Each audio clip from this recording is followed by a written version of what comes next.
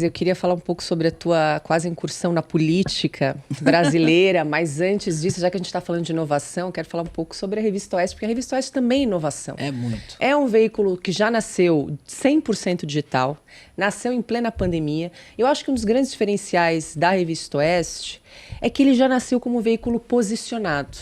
Isso traz muita transparência e dá muita credibilidade para quem nos acompanha. Então nós temos lá no site, revistaoeste.com, um pacto, onde a gente ali, de forma muito transparente e clara para os nossos leitores, para quem nos acompanha, a gente define quais são os nossos princípios, quais são os nossos valores, aquilo que nós acreditamos. Então, menos intervenção estatal, menos burocracia, valorização do empreendedorismo, mais privatizações, o Estado menos inchado, tudo isso a gente defende, a gente deixa isso muito... Liberdade. Liberdade de imprensa, de expressão religiosa, exatamente. Então, nós deixamos isso tudo muito claro para quem nos acompanha desde o do day one da Revista Oeste.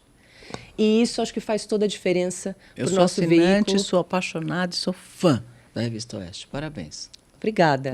Mesmo. Esse é um depoimento, gente, espontâneo aqui no meio do programa. Espontâneo mesmo, não é para jabá não, é verdade mesmo. Eu sou e fiz questão de vir aqui, porque eu acho que é isso que a gente precisa, que o Brasil tenha liberdade, empreendedorismo, qualidade de vida, né, para as pessoas poderem exercer o que elas quiserem. A liberdade, ela vem para você permitir que o outro faça o que ele quiser, mas que também me permita fazer o que eu quero, né? Então, hoje eu sinto muito assim que as coisas começam a discutir o que eu penso. Eu não tenho que aceitar o que você pensa. Então, por favor, aceita o que eu penso também. E por assim nós vamos ser felizes o resto da vida, amigos, né?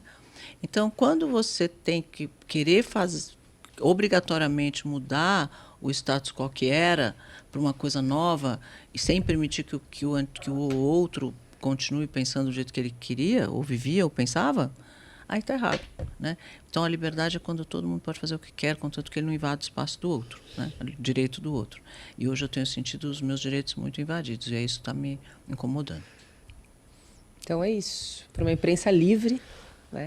Assine a Revista Oeste, apoie o nosso projeto, é só entrar no site revistaoeste.com/assine ou usar o QR Code que está aparecendo aí na tela, apontar a câmera do seu celular, passo a passo, bem rápido, para você que está aí também apoiar todos os nossos projetos, além aqui das liberais, temos também o Oeste Sem Filtro, nosso programa diário, temos o Estúdio Oeste, Oestecast, o nosso site e, claro, a nossa revista digital, que vai ao ar sempre às sextas-feiras com conteúdo exclusivo, com um timaço de jornalistas que você só encontra aqui na Revista Oeste.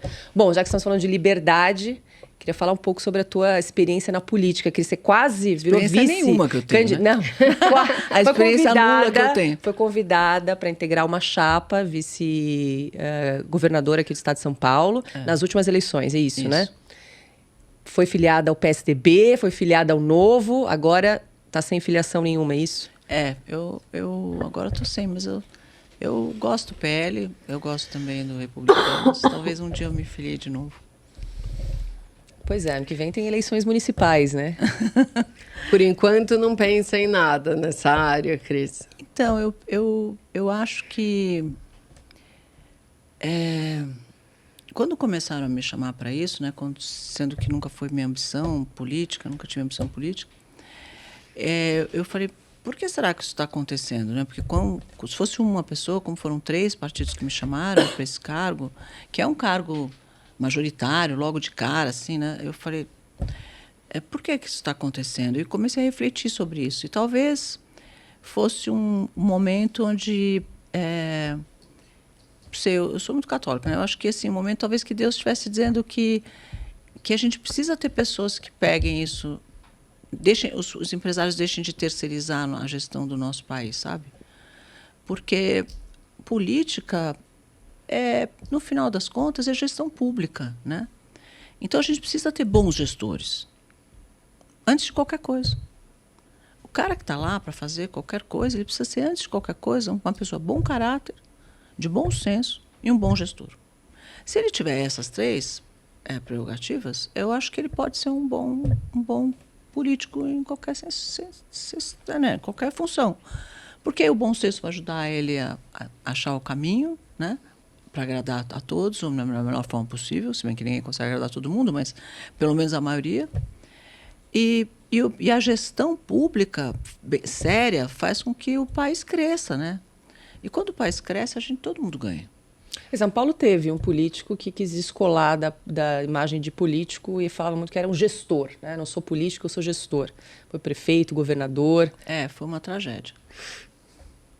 Eu não sei, olha, eu vou te falar uma coisa, eu tenho um grande, assim, eu fui muito amiga do Dória, eu gosto dele, trabalhei com ele no Aprendiz, a gente fez um programa de reality show juntos. Ele é um bom empresário, sempre se mostrou um bom empresário, eu votei nele como prefeito, votei nele como governador, mas eu discordo dele com a gestão que ele fez na pandemia. Foi muito difícil para os empreendedores, porque para a empresa, o que mais você precisa para conseguir crescer é de uma palavra: planejamento. Quando você consegue planejar o seu ano, o seu dia, a sua semana, você sabe quantos funcionários você tem, quanto você vai faturar, quanto você vai ver, quando você não vai poder abrir, quando você vai poder fechar, quando você não sei o quê, você consegue se organizar. Aquela forma com que foi feito, que hoje abre, amanhã fecha, depois abre de novo, depois fecha, quebrou muito a empresa. Eu fiquei tão, assim, paranoica, para falar a verdade, durante a pandemia, que eu sentava de manhã cedo na frente do computador e fazia live, fazia conversa com o empreendedor, e pitch, não sei o quê, e mentoria para empreendedor, de manhã até meia-noite. Eu não saía da cadeira. Eu tive uma coisa na perna de muscular de tanto ficar sentada. Eu nunca fiquei sentada tanto tempo na vida. Porque eu falava, vai quebrar todo mundo.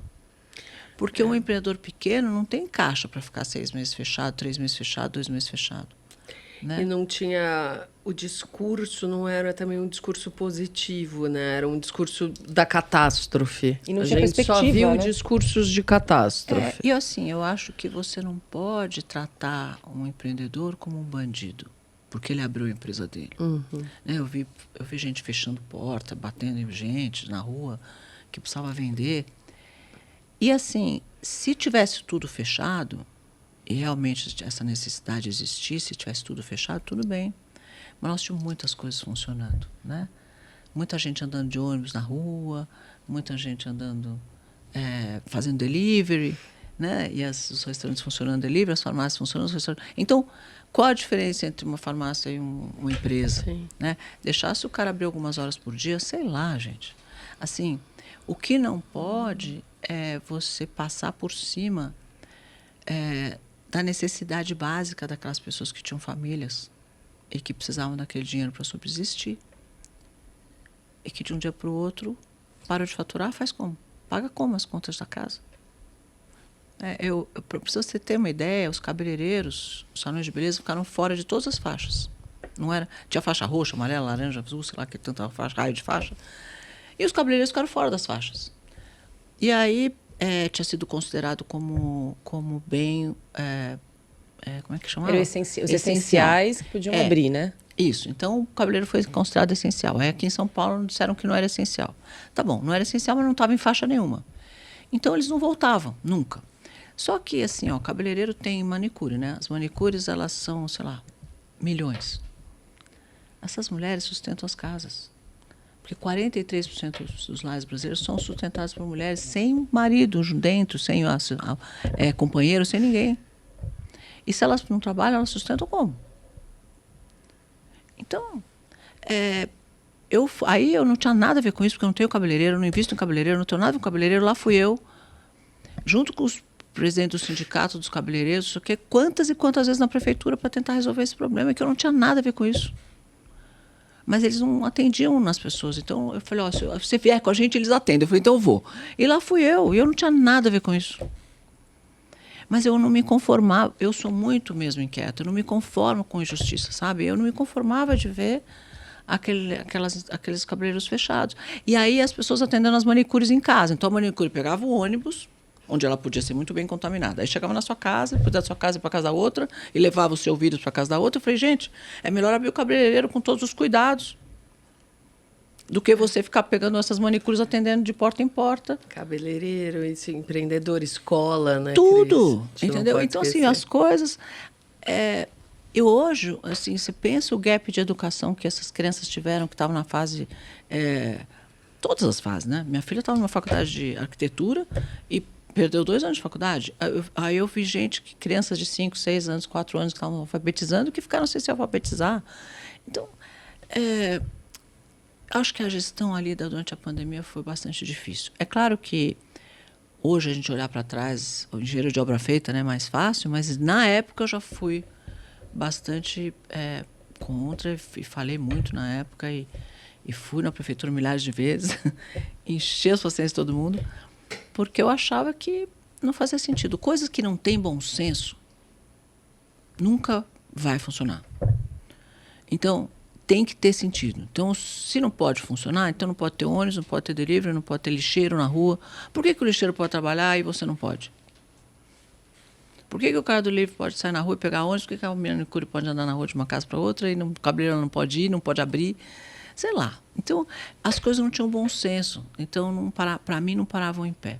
Então, eu fiquei bastante contra isso na época, não contra ele como pessoa, mas contra a política que foi implantada na época dessa... E fui várias vezes lá também, viu? Conversar com a Patrícia Heller, que é uma mulher maravilhosa, que eu tenho um respeito enorme, fez um trabalho incrível.